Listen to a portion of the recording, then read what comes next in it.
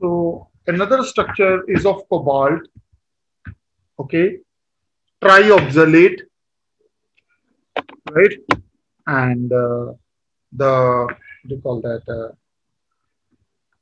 Molecular formula of the compound is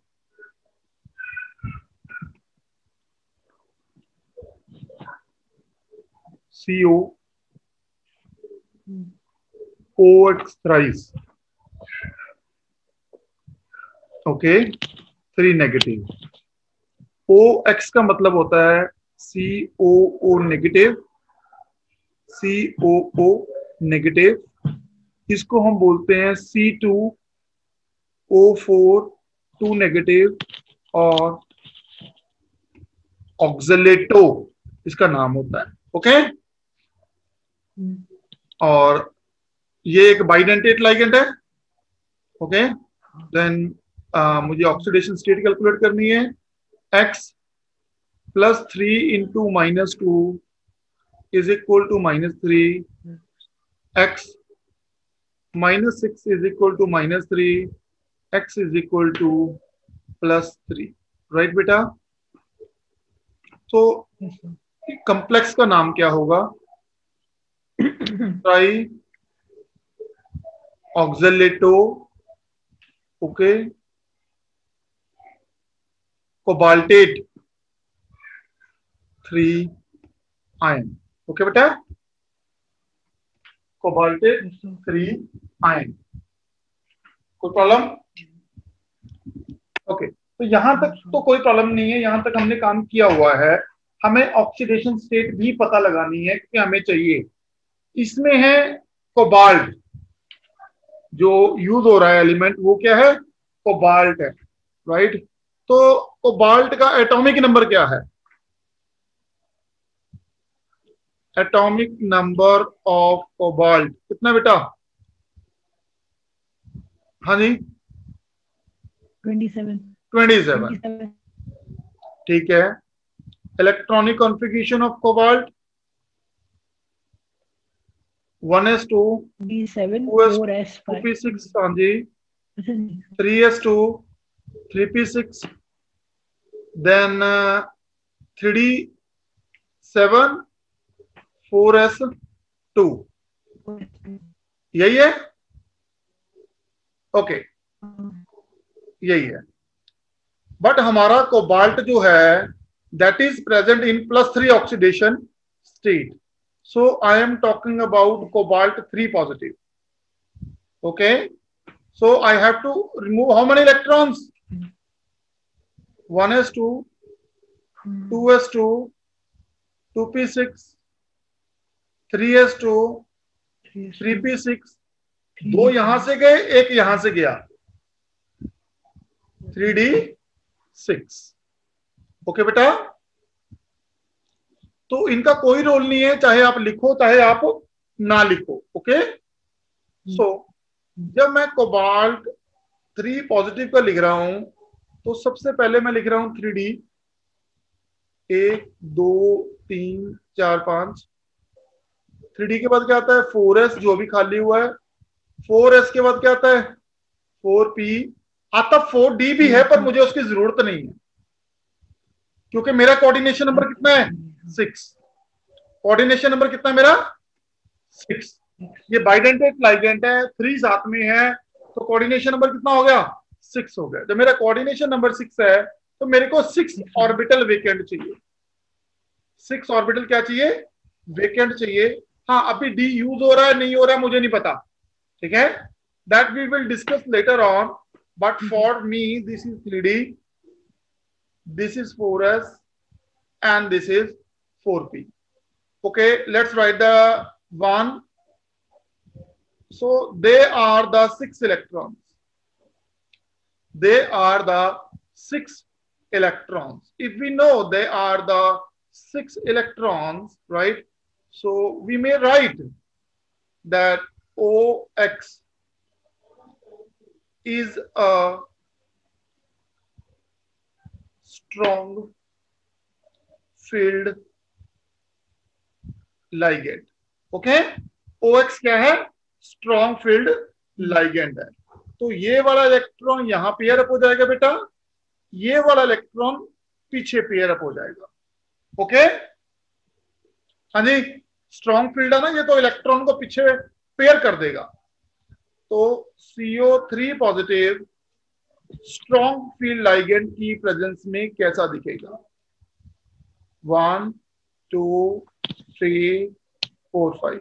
okay, तो ये कैसा दिखेगा वो मैं ड्रॉ करके दिखा देता हूं आपको। ये ये ये बना, और these will remain empty. Okay, so these will remain empty. So this is 3D, this is 4s, this is 4p. Okay, तो मेरे को कितने कॉलम चाहिए थे, कितने ऑर्बिटल चाहिए? खाली 6। तो 2 यहां से मिलके मेरे को, और यहां तक पूरे के पूरे क्या हो जाते हैं? 6 हो जाते हैं। ओके, क्या हो जाते हैं? 6 हो जाते हैं। तो अगर मैं इसको लिखूं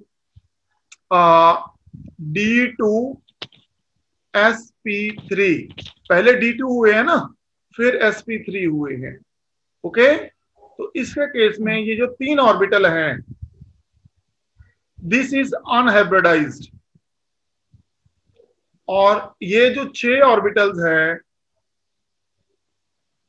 1 2 3 4 5 and 6. Okay, so I can say that you can see 1 2 3, ये अनहाइब्रिडाइज्ड ऑर्बिटल है, अनहाइब्रिडाइज्ड ऑर्बिटल। ओके, हाँ जी, हाँ जी बेटा। सो यहाँ पे ये 6 के जो लोन पेयर दे दिए हैं किसने? OX ने। किसने दे दिया बेटा? OX ने। So this is your hybridized orbital. Hybridized orbital. Okay. So when it react with OX, तो उसने अपने लोन पेयर दे दिए यहाँ पे। आपकी हाइब्रिडाइजेशन क्या होगी? D2sp3, क्योंकि D पहले आ गया है। ओके, सो OX form inner orbital complex. क्या फॉर्म करा बेटा? इनर ऑर्बिटल कॉम्प्लेक्स का फॉर्म करा है। हाइब्रिडाइजेशन क्या है बेटा जी? D2sp3। ओके, तो देखा जाए नो अनपेयर्ड इलेक्ट्रॉन, है ना? कोई अनपेयर्ड इलेक्ट्रॉन है? नहीं है। तो जब कोई अनपेयर्ड इलेक्ट्रॉन ही नहीं है, then this is what?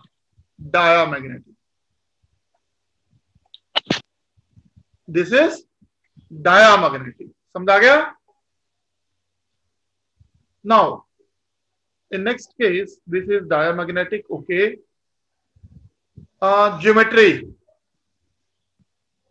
Geometry जब भी कोऑर्डिनेशन नंबर 6 होगा, ज्योमेट्री ऑक्टाहेड्रल ही होगी। क्या होगी बेटा? ऑक्टाहेड्रल ही होगी। हाँ जी, क्योंकि हमारे पास डायामैग्नेटिक है, तो म्यू कितना हो गया? 0 Bohr magnetron.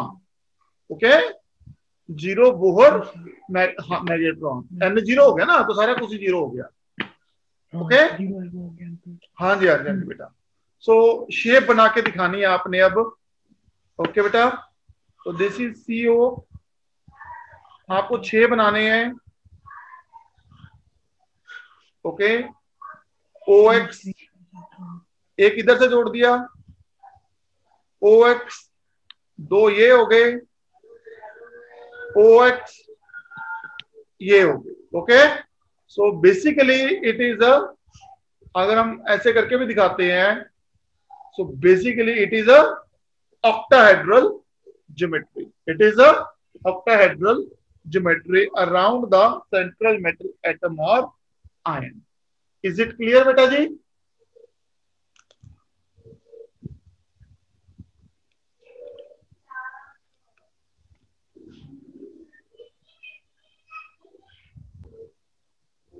So I am going to rub this, and we start with a new topic, new structure.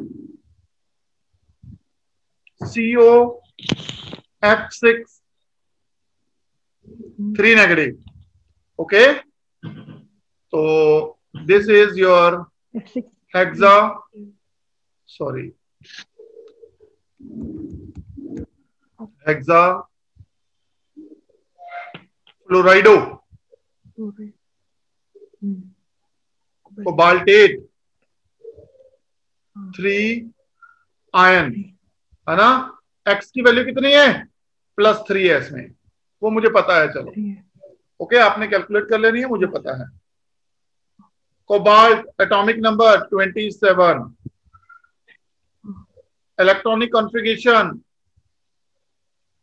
3d7 4s2।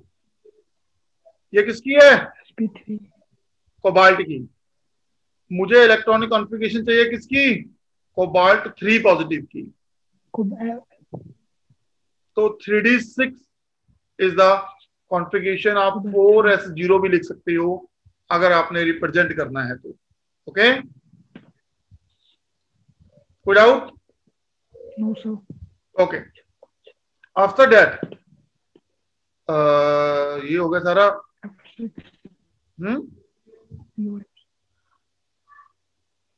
हाँ, अभी आगे बारी हमारी ऑर्बिटल फॉर्म में ड्रॉ करने के लिए। ओके, तो 1 2 3 4 5 4s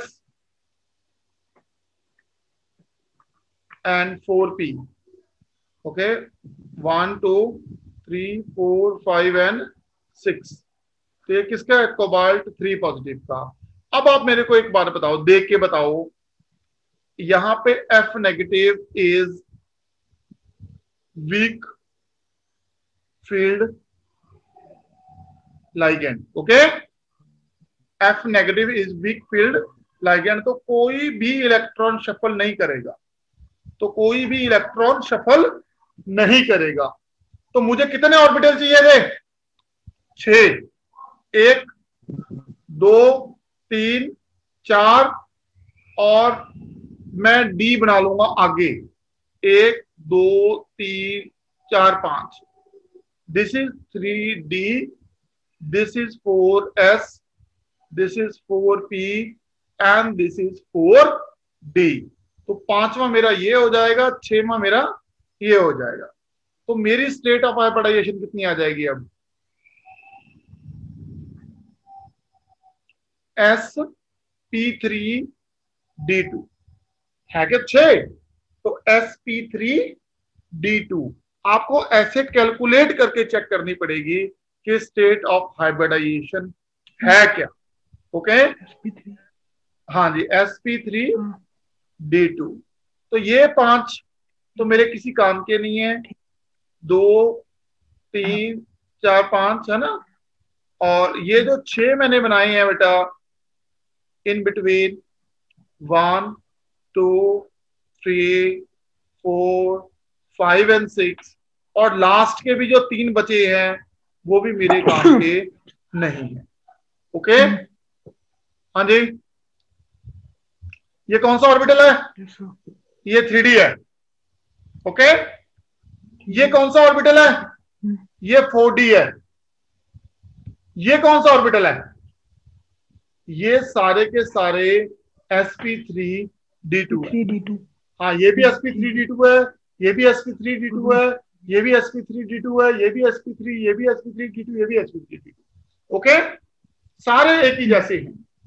क्लियर? इसमें ऑलरेडी इलेक्ट्रॉन पड़े हैं। ओके, और यहां पे ये वाले फ्लोराइड से इलेक्ट्रॉन आ जाएंगे, यहां से फ्लोराइडो से। Okay, and this will remain empty. Clear? So let's start writing the few things like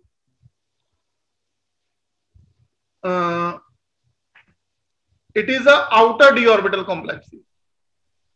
outer D orbital complex. क्या होता है ऑर्बिटल डी ऑर्बिटल कॉम्प्लेक्स?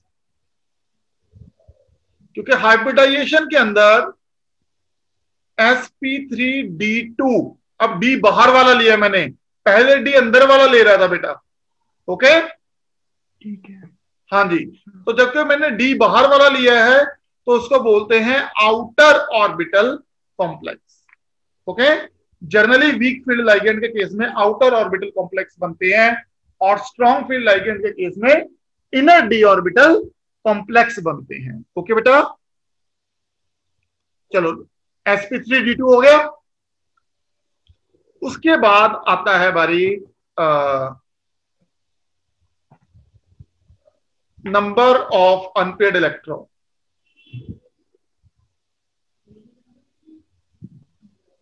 कितने हैं जी? 4। कितने बेटा? 4। Then it is paramagnetic. It is paramagnetic, मतलब ये मैग्नेटिक मूवमेंट शो करता है। कितनी करता है? n into n plus 2। n की वैल्यू कितनी है? 4। 4 इंटू 6 24, 25 में 5 आता है तो 4.9 बोहर मैग्नेट्रॉन। ठीक है बेटा, ज्योमेट्री क्या होगी इसकी? What is the geometry of this compound? The geometry of this compound is octahedral. Okay beta, the geometry of this compound is octahedral. So I have given you the details of everything is required in this complex. ठीक है बेटा जी? हाँ जी बेटा, clear? Good. So after doing all this, right, we are doing geometry of coordination complexes. Okay, तो हम दो तरह के कॉम्प्लेक्स स्टडी कर रहे हैं। पहले तरह के विद कोऑर्डिनेशन नंबर 6। ओके, तो पॉसिबल जो ज्योमेट्री होती है कोऑर्डिनेशन नंबर 6 में वो होती है ऑक्टाहेड्रल। ओके, वो होती है ऑक्टाहेड्रल। कोई फर्क नहीं पड़ता चाहे आपकी हाइब्रिडाइजेशन D2sp3 हो, चाहे आपकी हाइब्रिडाइजेशन sp3d2 हो, दोनों ही केस में आपका जो कोऑर्डिनेशन नंबर है वो 6 रहेगा। दोनों ही केस में जो आपका कोऑर्डिनेशन नंबर है वो 6 रहेगा। डी पहले आने का मतलब हो जाता है इनर ऑर्बिटल कॉम्प्लेक्स और डी बाद में आने का मतलब हो जाता है आउटर ऑर्बिटल कॉम्प्लेक्स। डी नहीं बोलते हैं, सीधा बोलते हैं इनर ऑर्बिटल कॉम्प्लेक्स है या आउटर ऑर्बिटल कॉम्प्लेक्स है। तो बात डी की ही हो रही होती है क्योंकि sp3 तो सेम रहता है। ओके, तो यहां पे कोई भी प्रॉब्लम नहीं है। दिक्कत आती है जब कोऑर्डिनेशन नंबर 4 है। तो अभी कोऑर्डिनेशन नंबर 4 में आपने मुझे दो निकाल के दिखाई हैं, एक तो DSP2, ओके बेटा, और दूसरी sp3। ओके, जो DSP2 है ये होती है बेटा आपकी स्क्वायर प्लेनर ज्योमेट्री। ओके बेटा, DSP2 का मतलब होता है स्क्वायर प्लेनर ज्योमेट्री और sp3 का मतलब होता है टेट्राहेड्रल ज्योमेट्री। ओके, तो sp3 में आपने अभी कॉम्प्लेक्स लिखा था निकल Cl4 2 नेगेटिव, दैट मीन्स निकल बीच में है और it look like tetrahedral. Cl Cl Cl Cl, and this is 2 negative. This is my nickel. Okay, so this is tetrahedral. हाँ, यहां पे हमने पढ़ा था स्क्वायर प्लेनर, तो आपने लिखा था निकल Cn 4 टाइम्स 2 नेगेटिव. ओके, तो इसका स्ट्रक्चर होगा निकल, तो Cn Cn Cn Cn, and they are on same plane. Okay, they are in same plane and 2 negative. So this is my square planar complex. Okay बेटा जी, clear है? Yes, sir. Good. सो ये हो गया हमारा square planar complex. चलो, अब हम done कर रहे हैं. ओके, एंड इसको मैं क्लीन करता हूं, and I will give you some of the structure for practice. Okay बेटा, तो अभी मैं कुछ स्ट्रक्चर आपको प्रैक्टिस करने के लिए देता हूं. उससे क्या होगा, you will be more familiar with the n number of structures. Okay, चलो इसको मैं रब कर रहा हूं, और मुझे करके जरूर बताना बेटा कि मजा आया. MnCl6 4 negative, FeCN6 3 negative, FeH2O 6 3 positive, FeH2O 6 2 positive, CuCl4 2 negative, Zn NH3 4 times 2 positive, Ni CO4. Okay, इसके ऊपर कोई चार्ज नहीं है. चलो,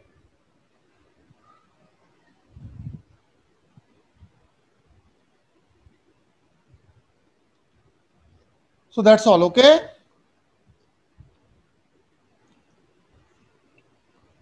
हाँ जी बेटा, तो ये बस मैंने आपको कितनी 5 2 7, मैंने आपको 7 स्ट्रक्चर्स दिए हैं प्रैक्टिस करने के लिए. ओके बेटा, so our next topic is limitations of valence bond theory. Okay,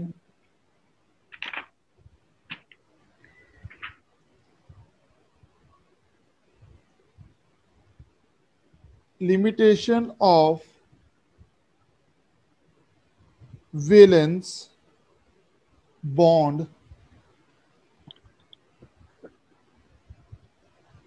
theory, VBT, valence bond theory. Right, क्योंकि हम वैलेंस इलेक्ट्रॉन लेके सारी थ्योरी स्टडी कर रहे थे अभी तक, तो इसलिए उसको क्या बोला जाता है, वैलेंस बॉन्ड थ्योरी. तो पहली जो पॉइंट था, जो लिमिटेशंस थी, it involves a number of assumptions. It involves a number of assumptions. ठीक है बेटा, ये थ्योरी बिल्ड ही बहुत ज्यादा assumptions पे हुई थी. ओके, हाँ जी. It give only qualitative explanation of complex. Okay, it give qualitative explanation of complex. Okay, beta. Number 3, it does not explain the details of magnetic properties of complex. So it does not explain detail of magnetic properties. Detail of magnetic property. Okay. Number 4, it does not explain spectral properties of complex. It does not explain spectral properties of complex. Number 5, okay, if it does not explain spectral properties of complex, okay, it does not make exact prediction, okay, it does not make exact prediction regarding the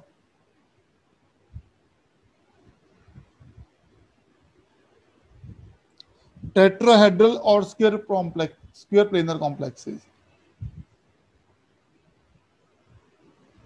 Tetrahedral and square planar complexes. Okay. Number 6,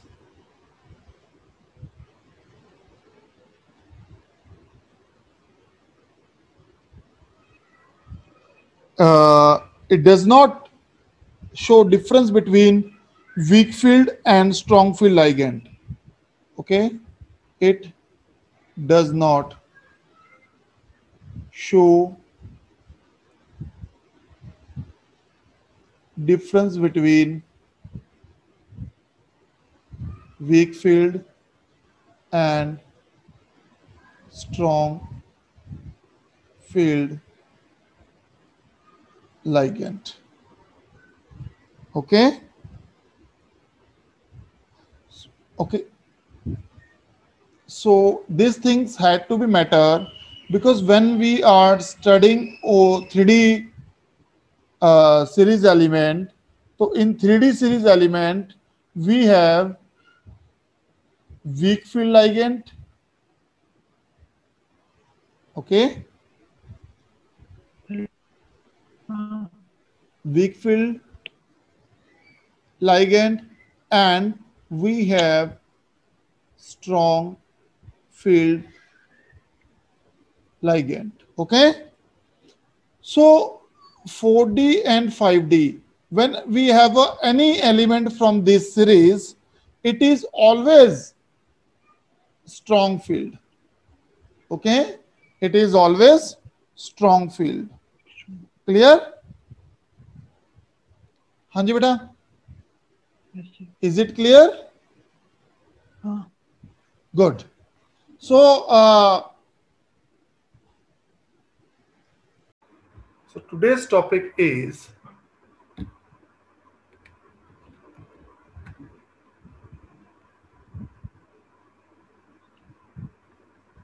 crystal field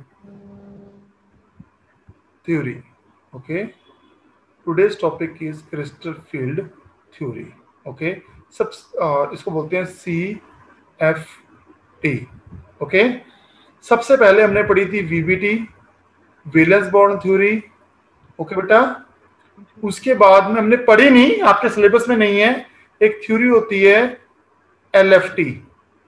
okay, LFT is the ligand field theory, and then this is CFT, crystal field theory. Okay beta, so now we are going to start this crystal field theory.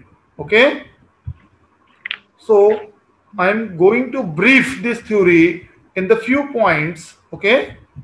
First of all, this theory was proposed to explain.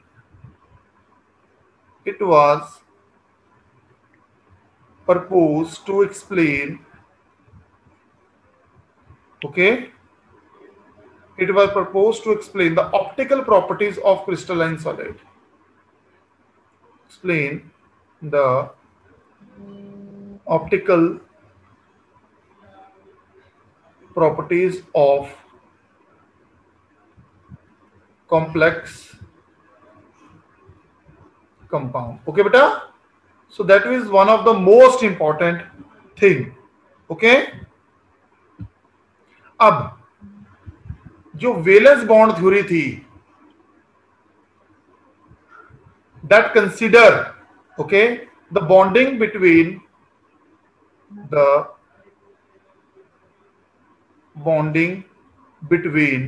okay, metal and ligands, metal, ion and ligand, okay, as purely covalent, as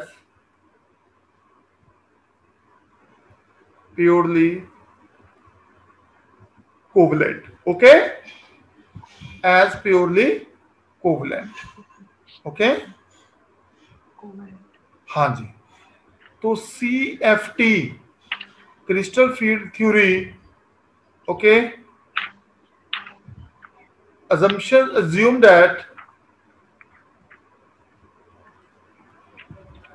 that okay, metal ions and ligand, metal ion and ligand are point charges, okay, ये मत करो बेटा, are point charges, okay, and the interaction between them and the interaction between them, okay, as purely them are purely electrostatic, okay.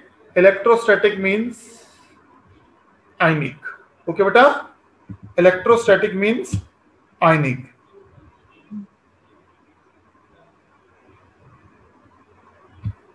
Okay, so if I have a metal positive and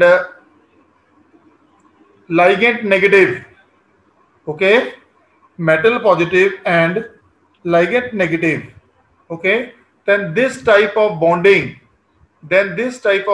is known as ion interaction, okay. If I have a metal without any charge, positive, but ligand with zero charge, then this is known as ion dipole interaction,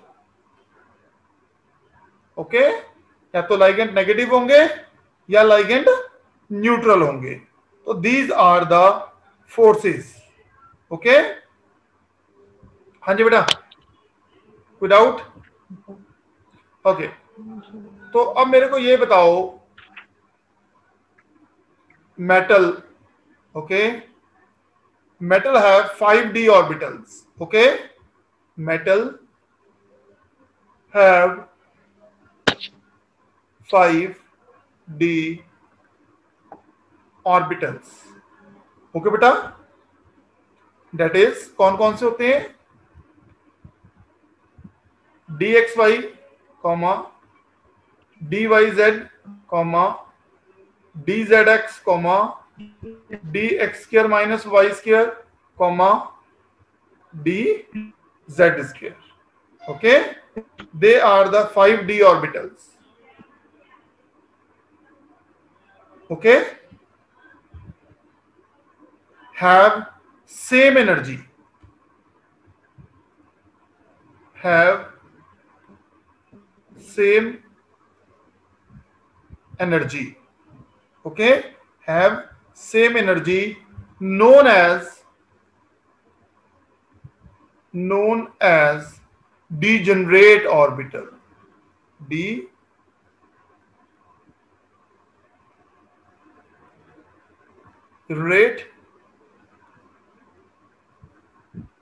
orbitals. Okay, so this means that an electron can occupy, okay, क्योंकि सारे के सारे orbital same है. Okay, electron can occupy any of the orbital. Okay, okay हाँ जी. सो मैं यहां लिख देता हूं, this means that electron can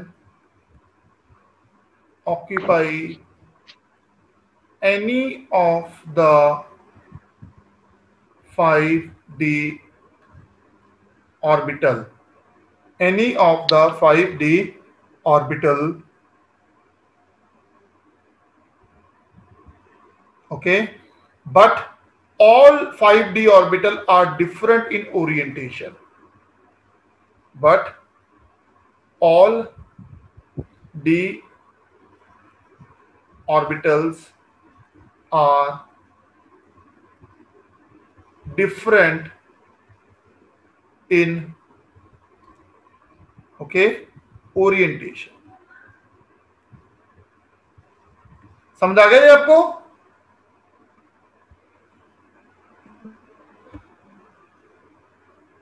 हाँ जी, गुड. तो मैं इसको रब कर रहा हूं, आप स्क्रीनशॉट ले लो जल्दी से.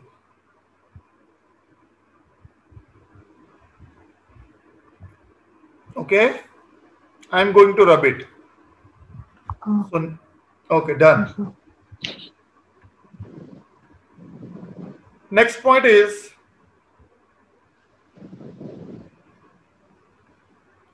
orbitals dxy, dyz and dzx. Okay, ये तीन orbital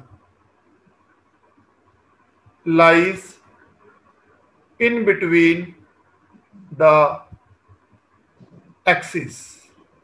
Okay, lies in between the axis. तो ये देखो बेटा, जब भी आप ऑर्बिटल ड्रॉ करते हो, ओके, एक बात का आपने ध्यान रखना है हमेशा. वो बात ये है कि, एक मिनट मैं ड्रॉ कर लूं इसको. हाँ, वो बात ये है कि ये वाला है, इसको आपने Z नाम देना है हमेशा, क्योंकि Z एक्सिस को हम क्या मानते हैं? इंटर न्यूक्लियर एक्सिस मानते हैं. ओके, तो ये X हो गया, ये Y हो गया, ये X हो गया, ये Y हो गया. क्लियर? हाँ जी.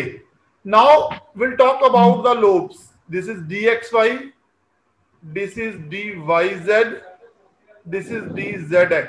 ओके, तो जब लोब्स बनाएंगे तो हम ध्यान रखेंगे, तो सबसे पहले वाला है, मान लो x है. ओके, तो जो लोब्स होंगी वो x के अराउंड बनानी है आपने. ओके, नॉट x के अराउंड बनानी है, x बीच में नहीं आना, x के ऊपर नहीं बनानी है. ओके, एंड जब y की बात आ गई है तो y के अराउंड बनानी है, y के अराउंड बनानी है ये सारी lobes. Low, okay, when I am talking about z, तो सारी की सारी लोब्स जो है वो z के अराउंड बनानी है बेटा. ओके, ठीक है. हाँ, तो यहां पे आप देखो, this is the structure of D X Y, D Y Z and D Z X. Okay, पहले बहुत डिफिकल्ट लगता था, पता नहीं कैसे बनाते हैं ये लोग स्ट्रक्चर, पर this is one of the easiest way, this is one of the easiest way. Okay, कोई doubt? Sure? Okay,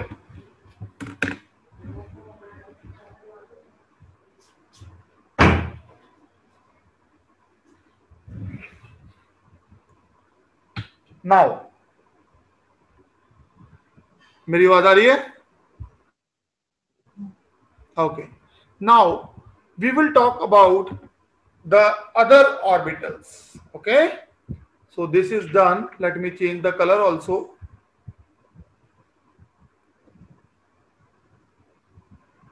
Orbitals like dx square minus y square and dz square lies on the axis. Okay बेटा, ये orbital कहां लाई करते हैं बेटा? On the axis लाई करते हैं। कैसे?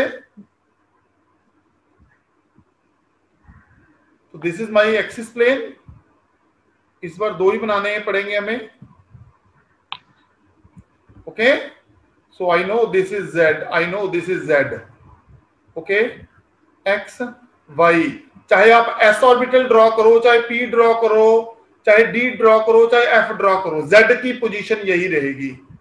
ओके, जेड की पोजीशन यही रहेगी, आपने चेंज नहीं करनी है। जेड एक्सिस क्यों? क्योंकि जेड को हम क्या मानते हैं? अपनी इंटरन्यूक्लियर एक्सिस मानते हैं। Okay, now first of all I have to draw the structure of X square minus Y square. That means the lobe is on Y axis, the lobe is on x axis as well.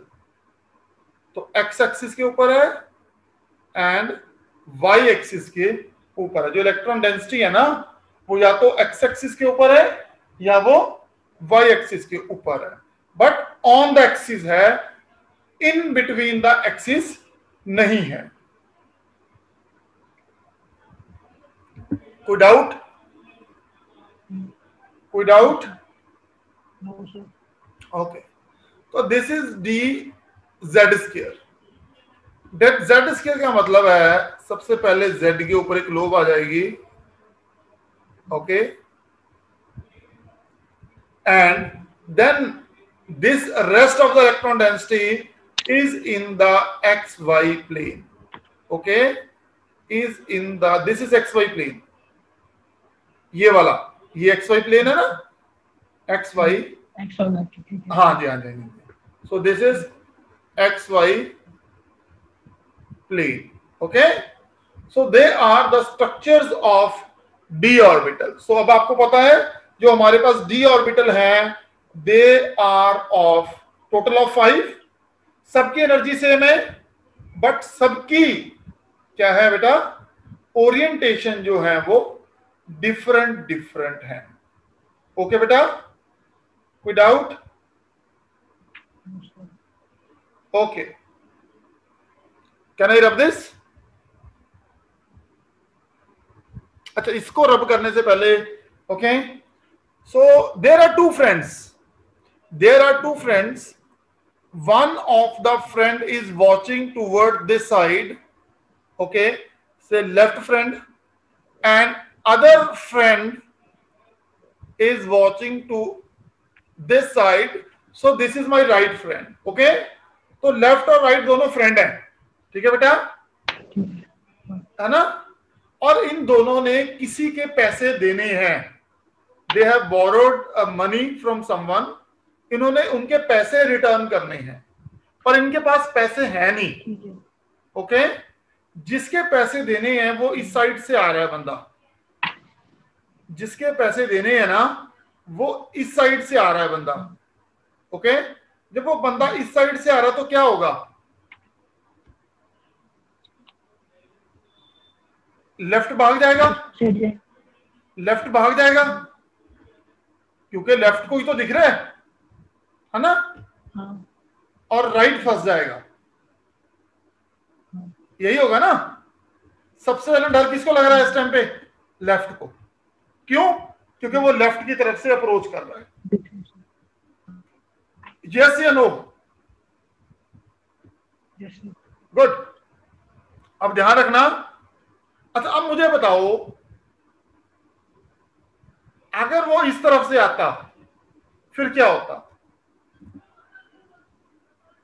Right भागता। Right भागता। Understood सी बात है ना। तो left भागेगा या right भागेगा, ये किसके ऊपर डिपेंड करता है? पैसे लेने वाला किस साइड से साइड से अप्रोच आता है। है। हाँ, हाँ पैसे लेने वाला किस साइड से अप्रोच करता है। ओके बेटा, समझ आ गई? Yes sir. ओके। अब ध्यान रखो, मेरे पास है metal, I have a metal. Okay, metal के ऑर्बिटल्स है बेटा, उनको मैंने ऐसे ड्रॉ कर दिया है 3 एक्सिस में, Z X Y। Okay, metal किससे मिलके बनी है? Metal also made up of negatively charge electron. Okay, metal also made up of negatively charged electron। Okay, और लाइगेंड किससे मिलके बने हैं?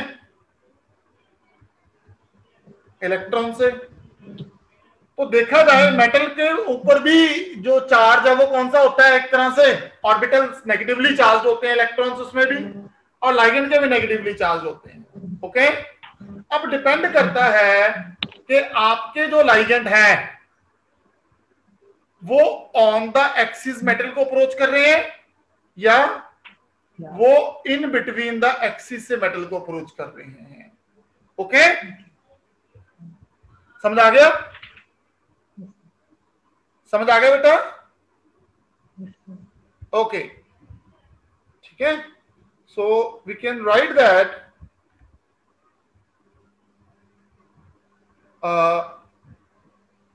ligand can approach,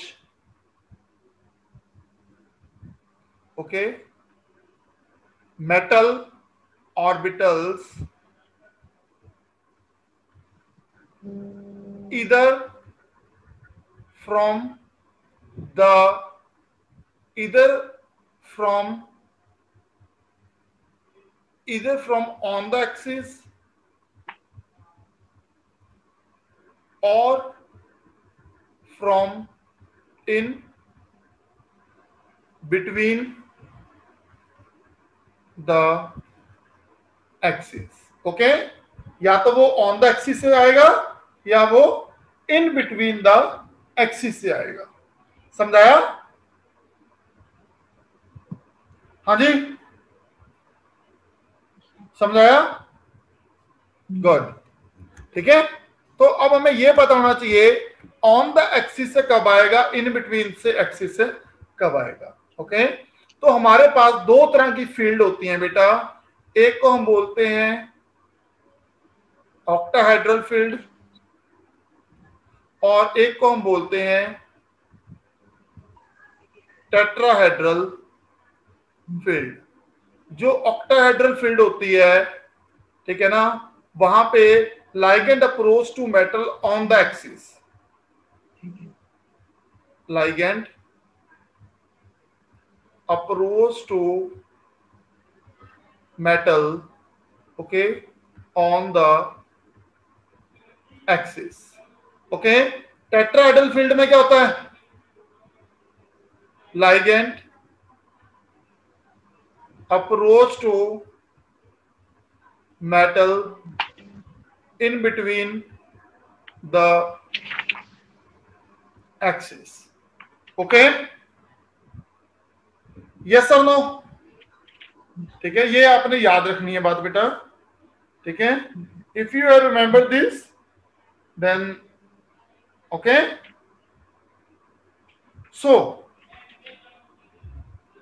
so next point, okay, the orbital are splitted into the orbitals are splitted into two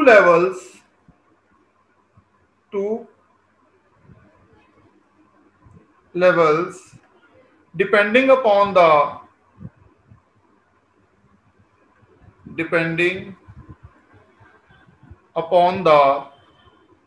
type of splitting in, depending upon the type of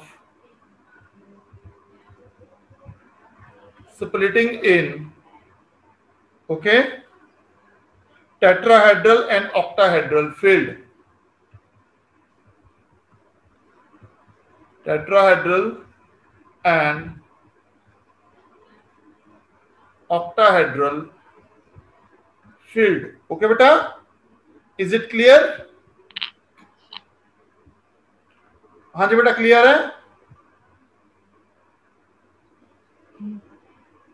good.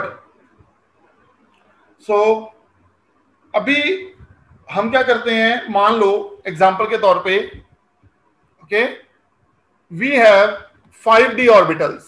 Okay, तो I am giving you example of octahedral field. Okay, in octahedral field, what will happen? What is going to be happen? Okay, I have d orbitals. कितने होते हैं d orbital? 5 होते हैं. 5. हाँ जी, हाँ जी, 5 d orbital है बेटा. ये देखो, सबकी एनर्जी सेम है, सबकी एनर्जी सेम है. ओके, बिल्कुल. Okay, so here when ligand start approaching, तो सबकी एनर्जी थोड़ी बहुत, ओके, राइज कर जाती है पहले के कंपैरेटिव. ओके, तो this is the average energy of orbitals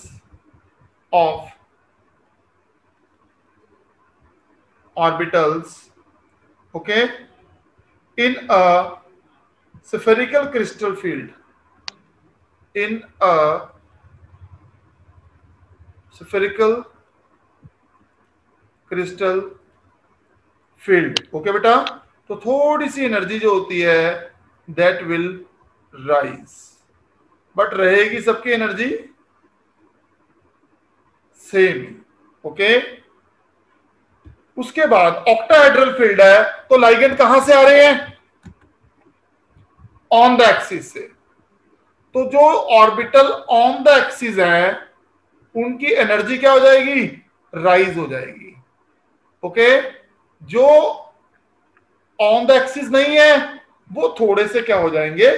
stabilise हो जाएंगे. क्या हो जाएंगे? स्टेबलाइज हो जाएंगे, थोड़े से, ज्यादा नहीं, थोड़े से. ओके, हाँ जी.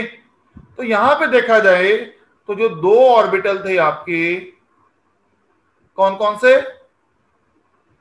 D X square minus Y square and D Z square, वो यहां पे आ गए हैं बेटा. ओके, और जो 3 ऑर्बिटल थे आपके in between the axis, okay, वो आ गए हैं D X Y, D Y Z and D Z X. क्यों? क्योंकि ऑर्बिटल तो ऑन द एक्सिस आ रहे हैं ना, तो रिपल्शन किनको होगी? ऊपर वाले दोनों को. नीचे वाले 3 जो है उनको तो रिपल्शन हो ही नहीं रही है ना. They become stabilised. ओके, तो जो ऊपर वाला लेवल है, ये वाला, ये जो ऊपर वाला लेवल है, इसको हम बोलते हैं ईजी लेवल. ओके, और इसको लेवल को हम बोलते हैं T2G लेवल. ओके बेटा, तो ऑक्टाहेड्रल फील्ड के अंदर ये किसमें टूटता है? Eg एंड T2G में, Eg एंड T2G में। ओके बेटा, और सबसे इंपॉर्टेंट बात, ये जो एनर्जी है यहां तक की, सॉरी, ये एनर्जी है, ये वाली energy, this is known as delta octahedral, and this delta octahedral is equal to 10dq। Okay, 10dq।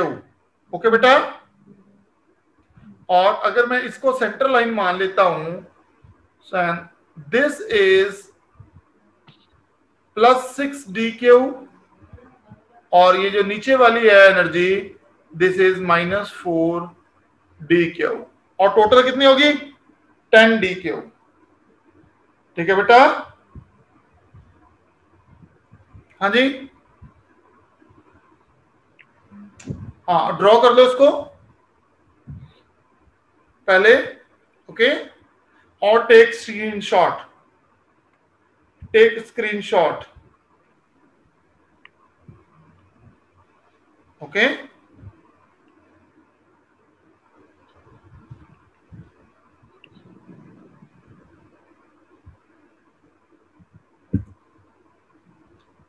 कर लिया sir. Good, very good. Now I am going to rub this. Okay, अब मेरी बात सुनो ध्यान से।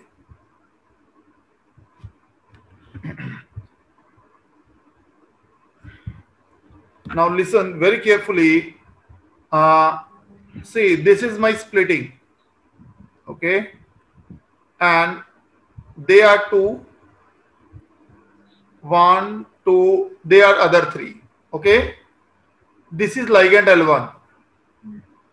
1, 2, 1, 2, 3. Okay, 1, 2, 1, 2, 3.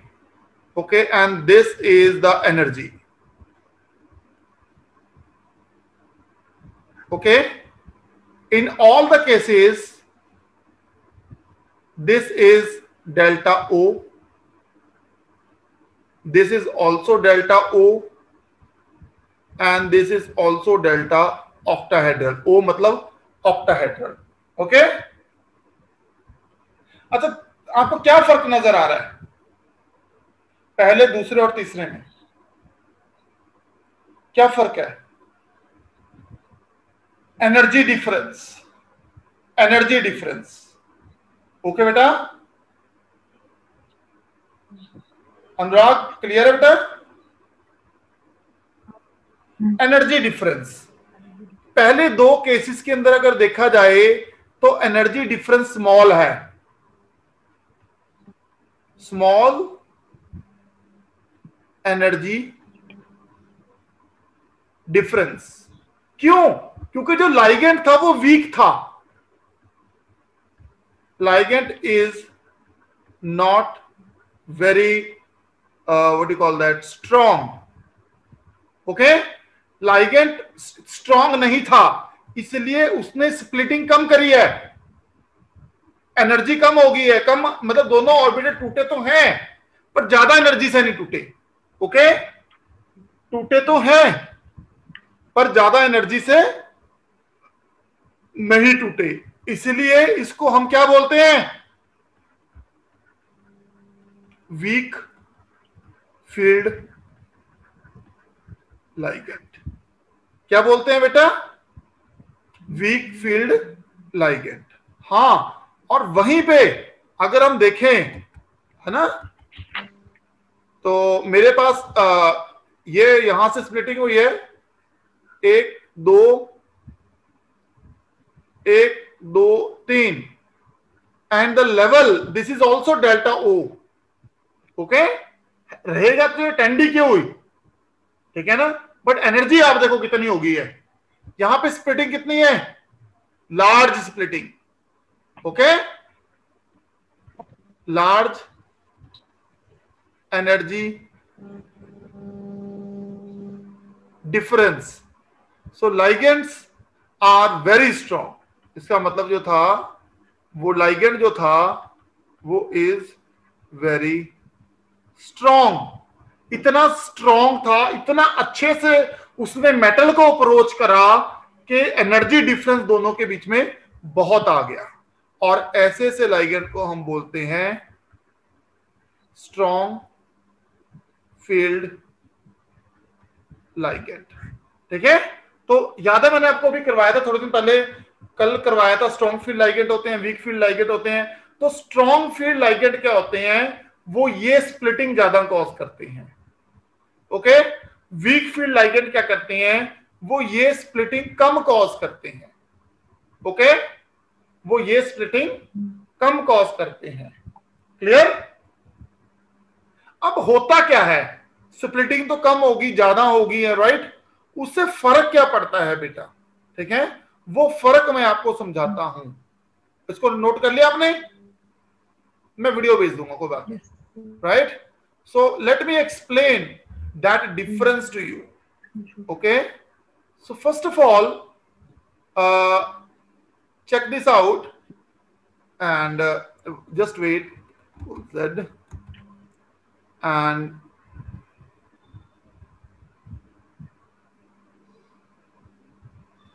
okay, so suppose this is the energy. Okay, so here also you can see that Yes, sir. 1 2 oh sorry. Okay, I'm just drawing in a simple way so that you do not feel any problem. Okay, I don't think we need this kind of situation.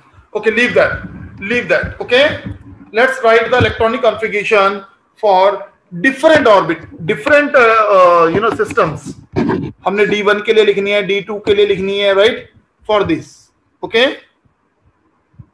सो एक ही बना लेता हूं मैं अच्छे से।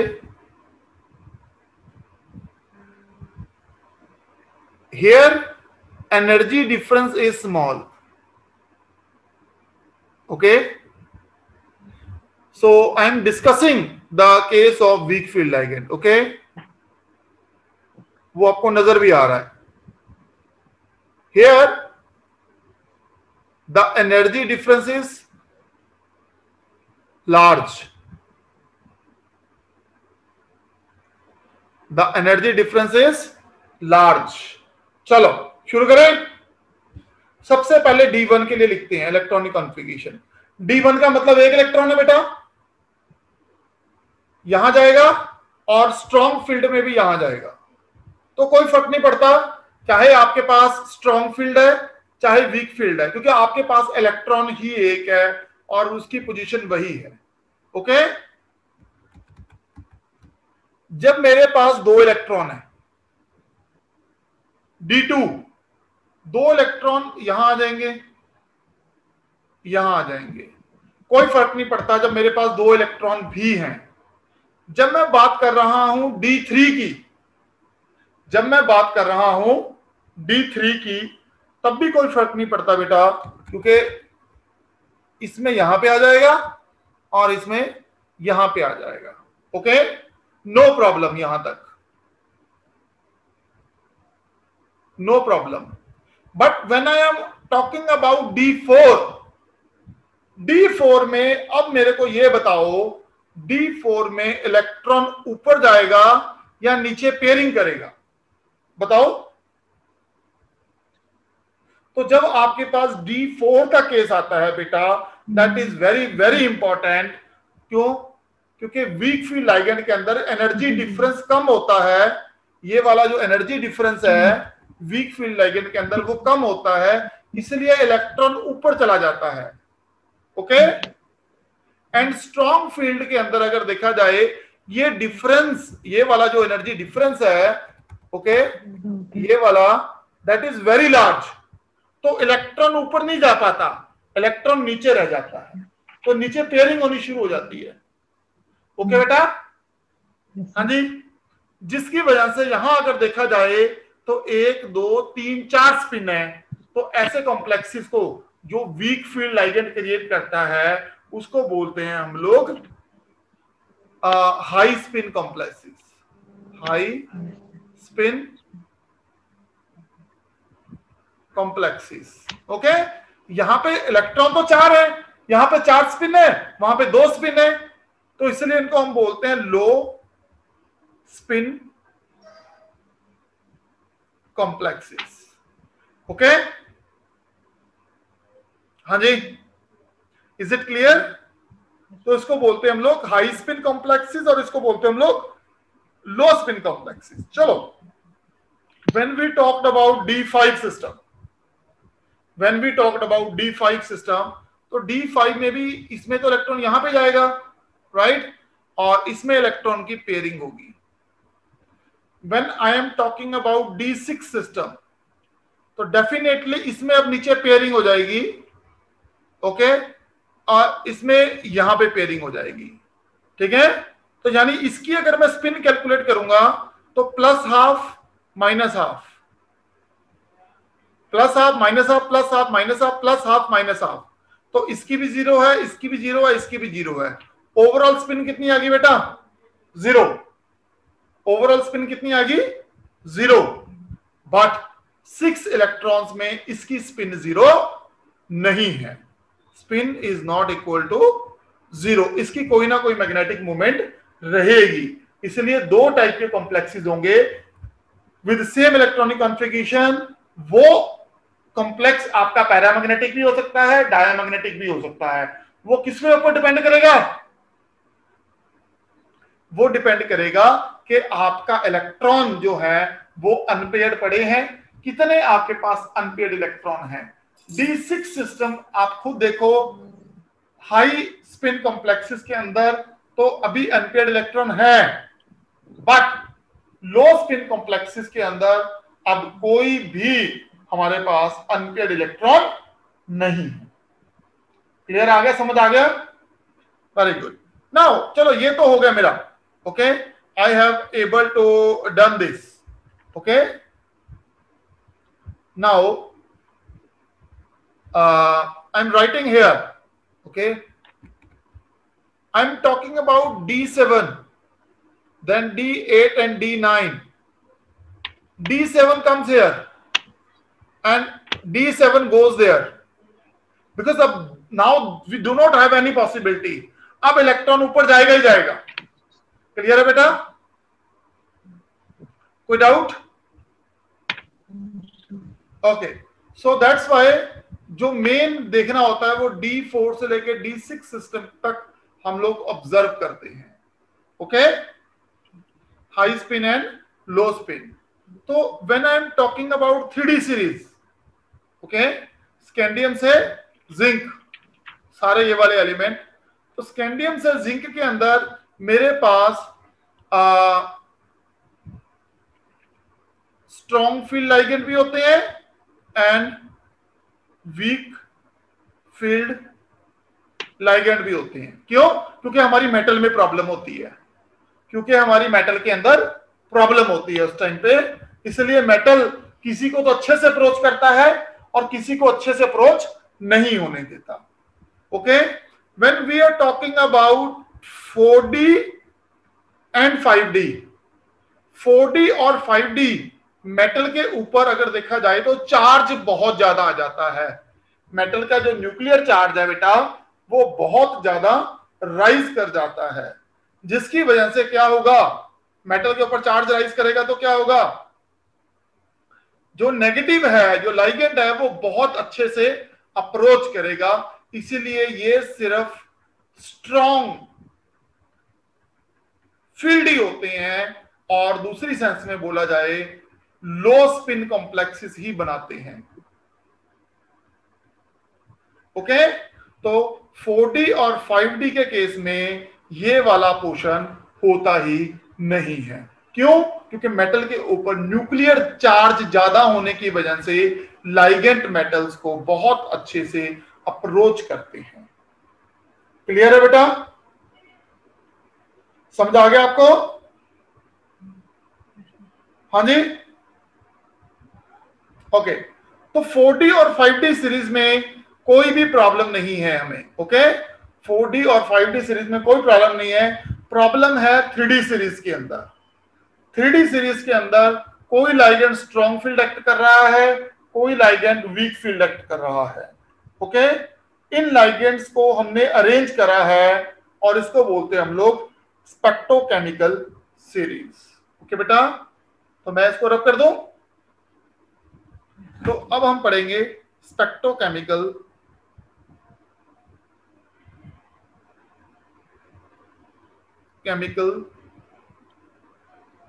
series, spectrochemical series. Okay, so ligands, let me write the definition. Ligands can be arranged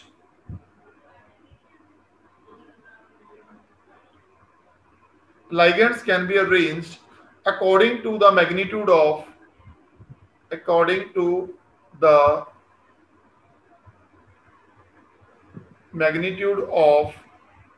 delta octahedral, क्योंकि मैंने बताया ये होगा डेल्टा ओई, और किसी का ज्यादा होगा किसी का कम होगा। ओके, एंड ओके, सो सबसे जो कम होता है वो आयोडीन का होता है, फिर Br नेगेटिव, फिर S2 नेगेटिव। मैं टोटल सीरीज लिखवा रहा हूं बेटा आपको।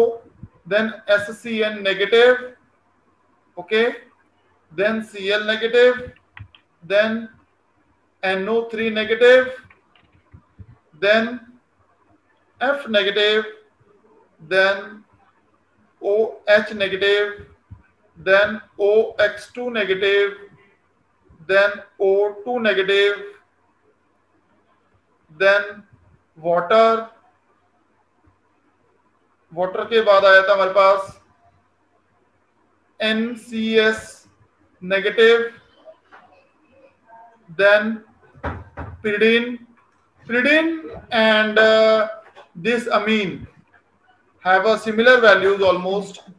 Then your ethylene diamine, a bidentate ligand, then dipyridine, okay, then NO2 negative, then cyanide, okay, then nitrosyl, then carbonyl. Okay, हाँ जी, any doubt? Yes sir. No sir. Yes. No, Okay, sir. तो अगर इनको reverse में देखा जाए, अगर मैं easily से याद रखना हो, तो सबसे पहले हेलोजन आए थे मेरे पास सारे ऑलमोस्ट। हेलोजन से ज्यादा आए ऑक्सीजन डोनर, ऑक्सीजन डोनर से ज्यादा आए मेरे पास नाइट्रोजन डोनर, नाइट्रोजन डोनर से ज्यादा आए मेरे पास कार्बन डोनर। ओके, ठीक है, हाँ, तो रिवर्स हो गया ये। ओके, हाँ जी, तो हेलोजन से ज्यादा ऑक्सीजन डोनर, ऑक्सीजन डोनर से ज्यादा आ गया मेरे पास नाइट्रोजन डोनर, नाइट्रोजन डोनर से ज्यादा आ गया मेरे पास कार्बन। कार्बन। हाँ जी, हाँ जी, हाँ जी।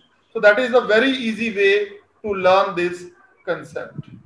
ठीक है बेटा, सो दैट्स ऑल हाँ for my today's lecture. Okay, so now don't leave,